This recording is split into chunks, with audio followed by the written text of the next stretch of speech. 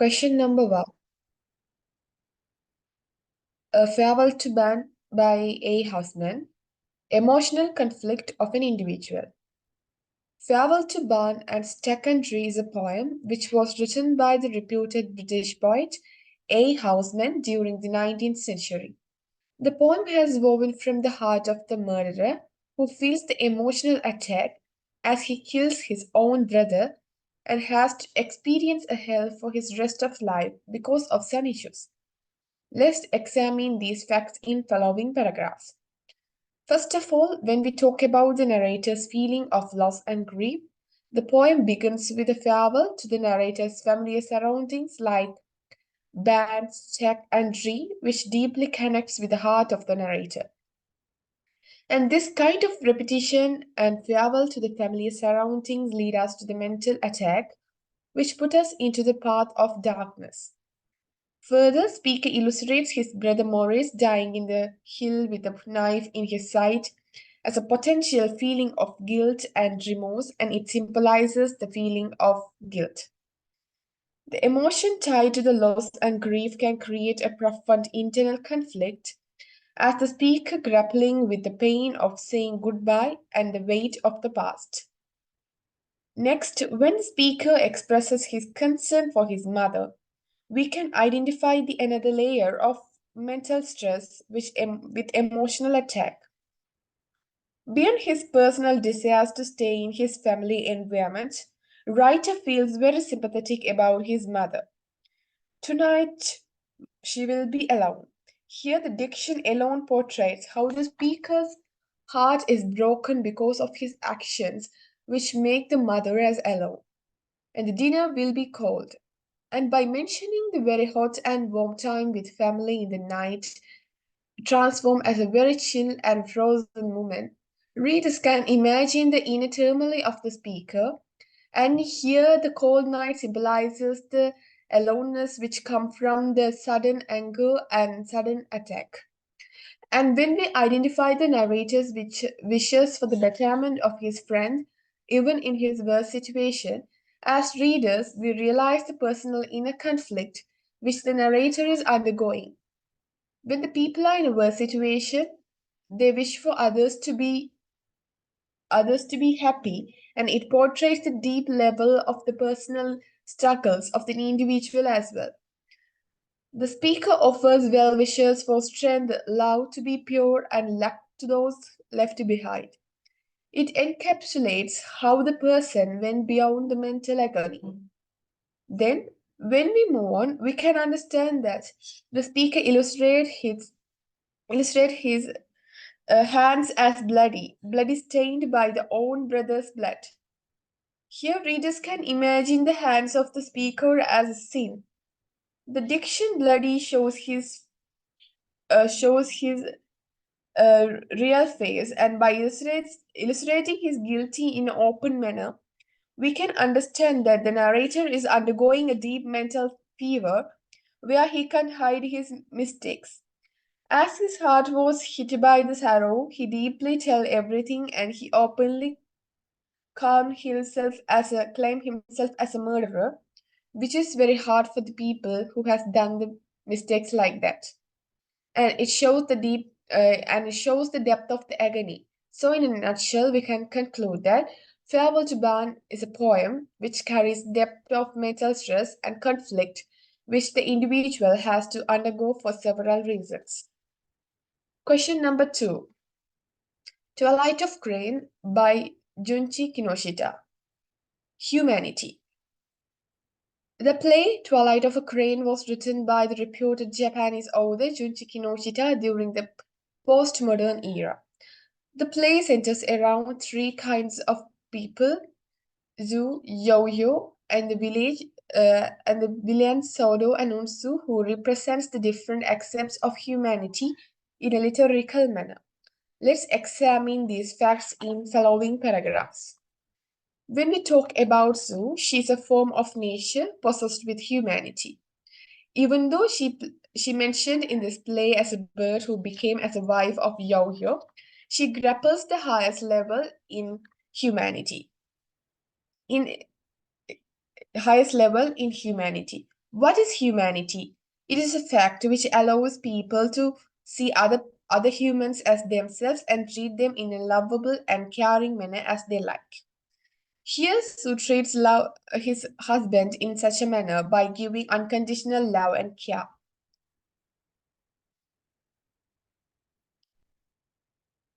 In the climax of the play, the yo-yo has to undergo the different mood swing because of the money-injected words of Soro and Unsu. He ignores the pure love of Zu and demands for the Senbaori. But as a true image of humanity, she doesn't get angry towards the actions of Yo-Yo. Instead of that, she yearns Yo-Yo to live with her forever and give the same love. Here, readers can identify the meaning of humanity and the symbolism of humanity. I will weave you the cloth. Here, even though Sue knows that she doesn't have enough energy to create a real Senba Ori again, she sacrifices herself just for the happiness of Yohyo. And in the another sense, even though Yohyo hold her as a craftswoman and attracted for the money than her love, she doesn't hesitate to give her pure and full love. Here we can tell that the true humanity is revealed through the unconditional love of Zu. And when we glimpse the side of the Yohyo, and when we glimpse the side of the Yohyo, he initially portrays as a man with mortal, and later in the climax past, identified as a product of modernism who is lack with generosity. As the quote about humanity says that treat the people according to how you want to be treated, Yohyo treats his wife in a lovable manner in the initial layer in the play. The cold soup is not good for my sweetheart. By boiling up the soup and express him as a uh, soup expresses him as a real human who is possessed with good qualities. The diction sweetheart also emphasizes this fact. But as the play continue and move to the resolution and climax part, the yo-yo has changed upside down, and his feelings for Sue changed as hate. He demands Senbaori desperately like a demon. Here in the point, Yo-Yo lost his name as human and named as demon by the readers, as he acted harshly and selfishly towards Sue. Here, generosity has caged and selfishness has blossomed like wildflower. And in the point, it is clear that when there is selfishness, there is no place for humanity. Finally, when we glimpse at the two antagonists, Soru and Unsu, they are the real symbol of the inhumanity. They destroy the peaceful domestic life of Zu and Yohyo and suck up the happiness of them, which demonstrates the cold act of the villains. Here, the author expresses the opposite side of humanity. In this play, Zoro and Onsu don't think about the bad consequences of their actions. They only want to earn profit by sucking up the peacefulness of lovable couples. They forgot to think about Yo-Yo and Sue. They only want to get profit by changing Yo-Yo as a demander of Sue's energy. Here in the situation, writer wants to tell that those two people are revolving in their own world and do many harms to others, which emotionally attack the people and show the lack of warmness and humanity in those people. So, in a nutshell, we can conclude that the play To a Light of a Crane is all about the humanity in a multifaceted level. Smirnov. Impression of Smirnov. The play The Bear was written by the prolific Russian playwright and poet Anton Chekhov in the 19th century. This play revolves around one of the main characters in the play, Smirnov, who is the representative of the old feudal society in Russia and conveys many negative and positive qualities of him by the conflict between another main character, Popova. Let's examine about this idea in detail in the following paragraphs. Firstly, the character Smirnov has been introduced to the readers as a middle-aged landowner, and also he has been an unrefined and rude man throughout the play. His ill mannerism can be highlighted in many aspects of the play. At the beginning, he enters into Popova's house without any permission. Even though He tries to introduce himself respectfully. His real attitude comes out later. Furthermore, he insults Popova by insulting the whole female society. This misogynistic attribute of Smirnov indicates that he is a male chauvinist person. Also, he generalizes all women and considers all of them as bad by only his own life experiences. The dictions insincere, crooked, backbiters, envious, liars to the marrow of their bones, vain, trivial, merciless, unreasonable, uttered by Smirnov, indicates his poisonous and versatile thoughts about women. With that, he also disrespects the servant Luca, who is older than him. This can be seen in the utterances, "You fool, shut up, I'll chop you into pieces." Moreover, the use of animal imagery can be seen throughout the plot. This technique has been mostly employed at Smirnov. Boar, coarse beer, bourbon, monster are the examples for the animal imagery which refers to Smirnov. On the other hand, we can spot the positive attitude of Smirnov in his flashback. He has a good attribute of giving money to people when they are in trouble. He also names some people whom he had given the money. Rustev, Yaroslavich, Masugo, Kuristin are some examples. Also, he's a very short-tempered person who gets angry quickly. That angriness has been the key for many of the problems that he had faced in his lifetime. His extreme angriness can be found from him quivering and struggling to breathe while talking to Popova. Moreover, the manipulative nature of Smirnov can be indicated throughout the plot. He manipulates and controls every situation with his boorish and arrogant behavior. He tactically brings out the defensive and bold side of Popova out from her fake life. On the other hand, he uses the gender partiality to manipulate every situation by downgrading the woman. He has been the symbol of male patriarchy in aristocratic class in the old Russia. As a whole, we can conclude that the characters Manov have mostly been a rude and male chauvinist person who has who has mostly been affected by the feminine logics. Even though he is rude, he has a soft corner in his heart which yearns for love, as the end of the play is so dramatic and contradictory.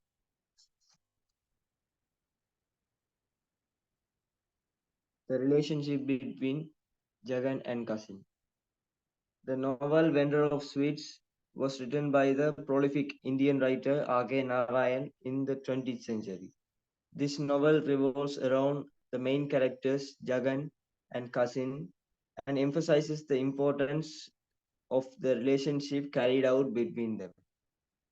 Let's examine this idea in the following paragraphs. Firstly, Jagan is a leading sweet vendor in the city of Malgudi, who is also a serious Gandhi follower. Cousin is a person who is familiar to everyone in the city, and he claims cousinhood with many people. When we analyze the relationship, we can point out that even though cousin isn't blood related to Jagan, he does a major impact in Jagan's every activities as a strong companion. Furthermore, Jagan always seeks cousin's consultation when it's needed. For example, Jagan lets cousin into his shop whenever he comes without any hesitation and lets him try the new sweets. Did you try the new sweet the cook experimented? This utterance of Jagan illustrates it very clearly. Also, Cousin has been a patient listener while Jagan is talking. For example, while Jagan's acquaintances gets frustrated due to the talk of Mali in America, Cousin America, which is the symbol of modernization for what Jagan is against for, Cousin patiently listens to him and asks him more about Mali. Also, it is ironic that Jagan is praising America instead of rebuking its defects.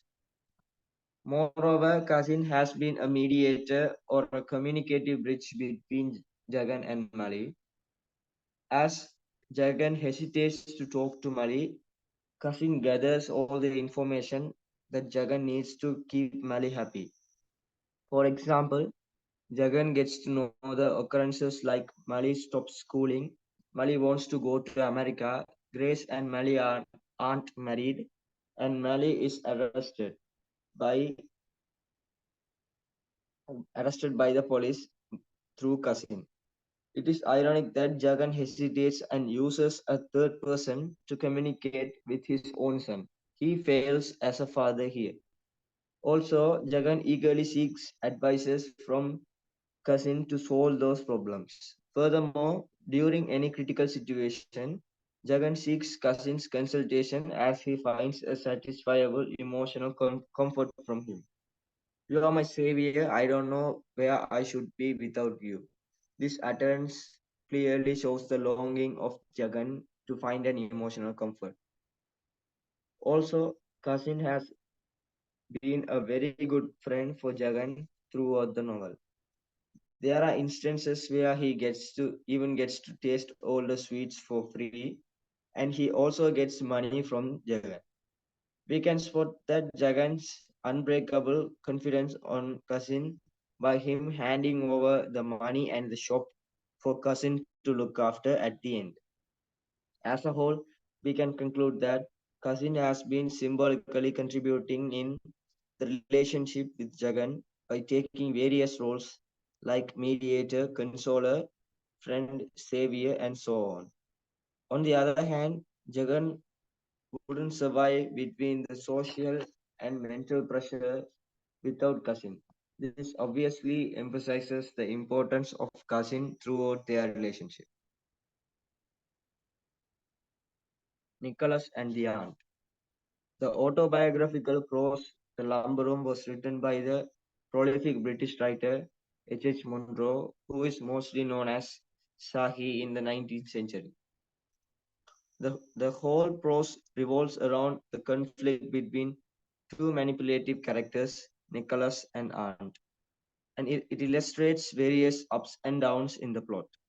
Let's examine this idea in the following paragraphs. Firstly, Nicholas is the protagonist of the prose, and the aunt is the antagonist here. Those two characters belong to two different worlds and two different generations. Nicholas symbolizes the children's world and younger generation, while the aunt symbolizes the adult's world and the older generation. In accordance to that, they both have very contradictory thoughts. For example, Nicholas is extremely imaginative, straightforward, freedom loving, mischievous, and skillful, while the aunt is authoritative, self proclaimed, tyrannical, and unimaginative. The amount of imaginative power can be compared by Nicholas elaborating a story on his own perspective based on the tapestry, while the aunt thinks about the common occurrences like going to circus and beach. And aunt is also mentioned as a woman of few ideas in the plot. Moreover, they both are mainly obsessed in two things. Aunt is obsessed in finding Nicholas guilty and punishing him, and Nicholas is obsessed in mocking and declining the thoughts of Aunt. Nicholas does every mischievous things due to the wrong guidelines of the Aunt. He raises his voice against the boring breakfast pattern by putting a frog into his bowl in the opening scene. The aunt replies to this action by putting him in disgrace. As an adult, An should have understood the reason for his action, which is his dislike to the particular meal. But ironically, the aunt shows her self righteousness as there is no possible way for a frog to go into the bowl. Is this an attribute of a grown up? Absolutely not. Instead, she shows her sheer childishness. Nicholas ironically and sarcastically ridicules the aunt society by stating, "You said that there couldn't possibly be a frog in my bread and milk, but there was a frog in my bread and milk," in front of the aunt. This obviously shows his bravery. Furthermore, in the latter part of the plot, Nicholas successfully executed his plan of going into the lumber room by escaping from the aunt's surveillance. This contrasts his ability, which surpasses the aunt's ability. With that, Nicholas gave the taste of her own medicine by leaving her in the rainwater tank, and he vehemently emphasizes the wrong guidelines of the aunt using the evil one and the good one concept. This illustrates that Nicholas becomes victorious and the aunt becomes as a failure due to her uninspirable acts. As a whole, we can conclude that the autobiographical characters, Nicholas and Aunt, enables the readers to totally engage with the plot. And between them, Nicholas seems to be more manipulative and victorious than the Aunt.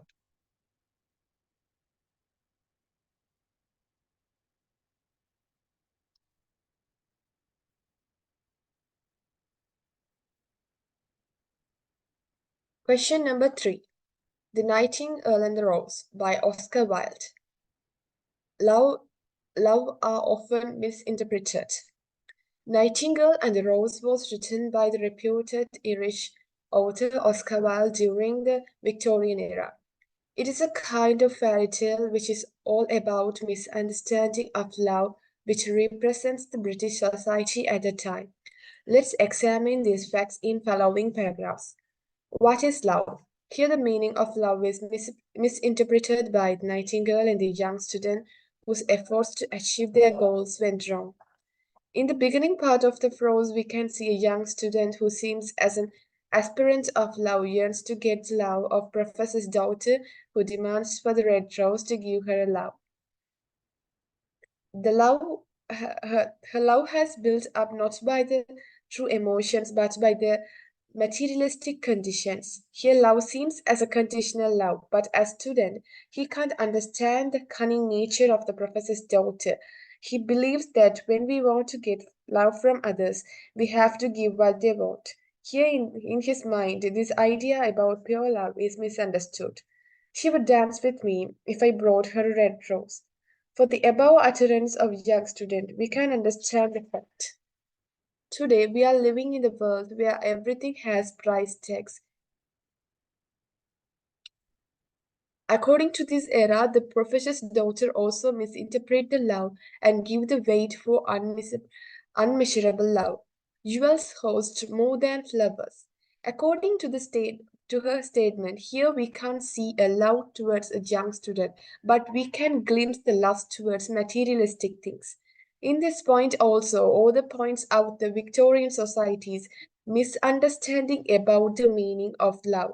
Here, the jewels comes as a symbolism which symbolizes the money-minded habits of those people.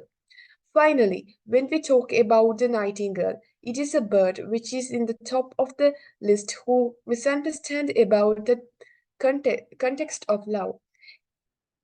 It, it weak heart has broken because of the tears of the young student who yearns for love. Here, when we see the sense logically, we can realize that the young student didn't take any efforts to get red rose. He only sits in a place and crying. In that point, his tears broken the heart of the nightingale and made her believe that the love of him as a pure love. Here, the young student tears are misinterpreted by the nightingale. What is the heart of a man compared to the heart of a bird? But the non-human characters, Lizard and Daisy, proves ca- that the characters in the prose are misunderstanding the concept of love related to the true emotions.